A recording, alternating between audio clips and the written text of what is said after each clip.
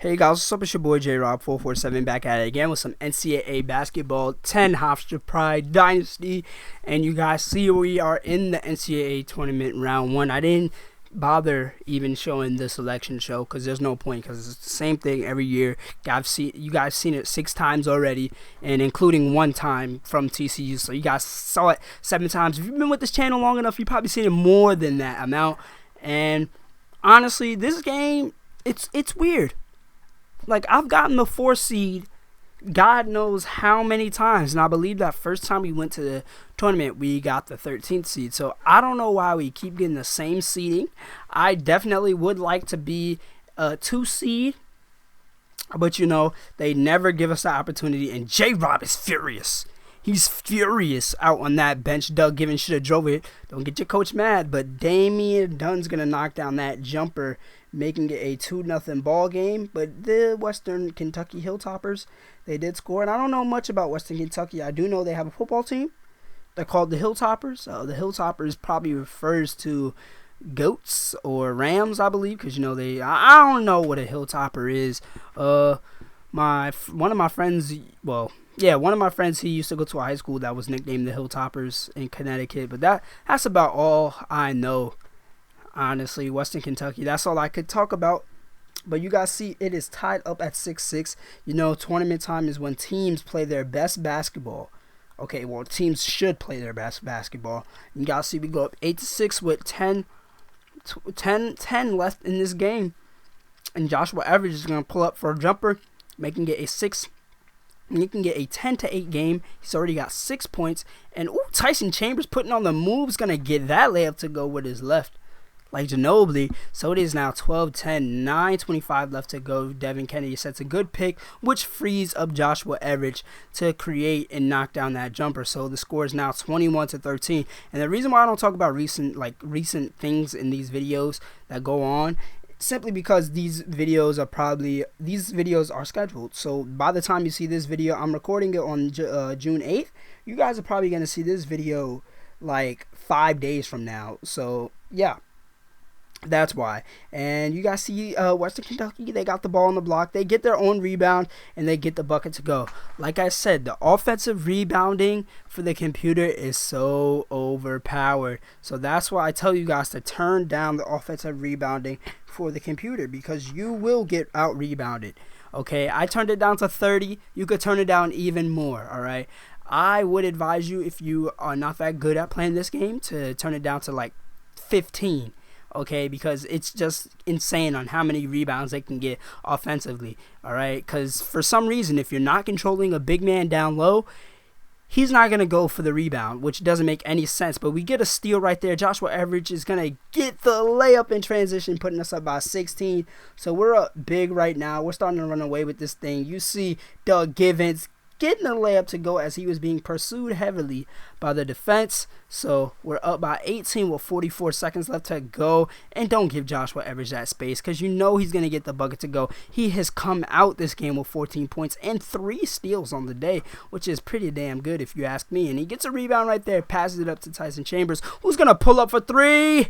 Knocks it down as the buzzer sounds. So we go into halftime leading 44-21. This game is turning into a blowout real fast. You know, Western Kentucky, I looked at their stats, and they're not a bad team. Okay, they have an A- all around. We're at A- as well, simply because our bench is so doo-doo. But I don't use my bench, so I think of this team as an A.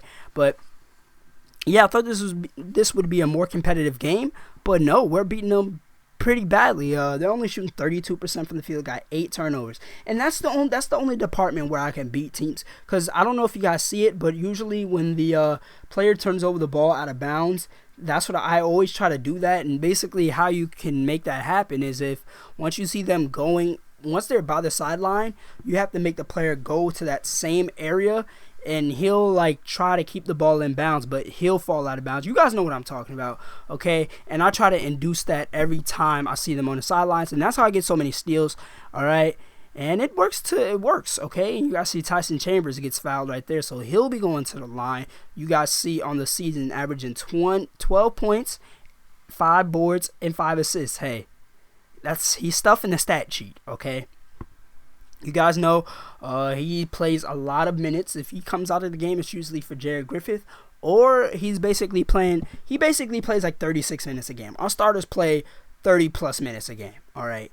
There's no doubt about it. And Devin Kennedy, he's going to be a vital part to this team because he is one of our very few big men. Okay, if we talk about our front court players, we have 4 technically, but Victor Dobson, I don't tend to use him that much because defensive purposes is all what he can actually bring to this team. And Doug Givens gets the floater to go as he gets fouled by Samuel Quintero. So he'll be going to the line, makes his first free throw. Them averages looking sexy, man. So you guys see the Hilltoppers did try to make a little comeback, but Tyson Chambers is having none of that as he knocks down the shot, putting us back up by 16 with 4:52 left to go. And Joshua Everidge goes man to man, and Damian Dunn flushes it down to put us back up by 18. So with 4:10 left to go, Doug Givens tries to get the reverse layup to go down, but he gets fouled, so he'll be going to the line. 9 points already, 4 for 8, shooting the ball,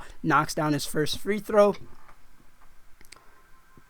Okay. And as for this free throw, let's see if he can knock this down. If he knocks this one down, we will go up by 20, and probably this game will be out of reach for the Hilltoppers, and he does. So with 3:20 left to go, you see Doug Givens pushing the ball up the court, looking for Tyson Chambers, finds him. I mean, come on. You can't leave Tyson Chambers open in the corner. And you guys see, that is Nance. I think that's Filbert Nance who gets fouled. We got our bench in the game. We're up by 20. Okay. Yeah, Filbert Nance is in the game. 7% from field. Oh, my God. Oh, my God. Actually, there is a kid who goes to my school. He did play for Murray State. And I looked at his stats because he couldn't play for them anymore because he had like a heart condition. I looked at his stats. Dude shot 18% from the field as a freshman. He didn't get a lot of playing time, but 18% though. And you see the Hilltoppers brought this lead down to 12. But, hey... We got some shooters, okay? We got some shooters. We not all bums. So we're going to end up winning this game by 15 as time expires in the second half. 75-60. We controlled this game throughout, all right? And we're going to go into the next game with a lot of momentum. We are still undefeated. I want to keep that streak, all right? Do I think we can win a championship? I don't know. It's going to be tough. It's going to be really tough. Our starters are going to have to play out of their minds, all right? But Damian Dunn had a double-double on the day. What can I say? That's amazing. Our starters did what they had to do. And as long as our starters do what they have to do, I have no worries because we can't really look to our bench that much. As for TCU, we can look to our bench because we got a little depth. And as for past Hofstra series, we always could look to our bench. But as of right now, we really can't. And you guys see our starters did outstanding out there on the court today. So props to them. Props to Jared Griffith putting in work. And props to Filbert Nance with them 4 points. But anyway, this has been another J-Rob video. Remember to like, comment, subscribe, and peace.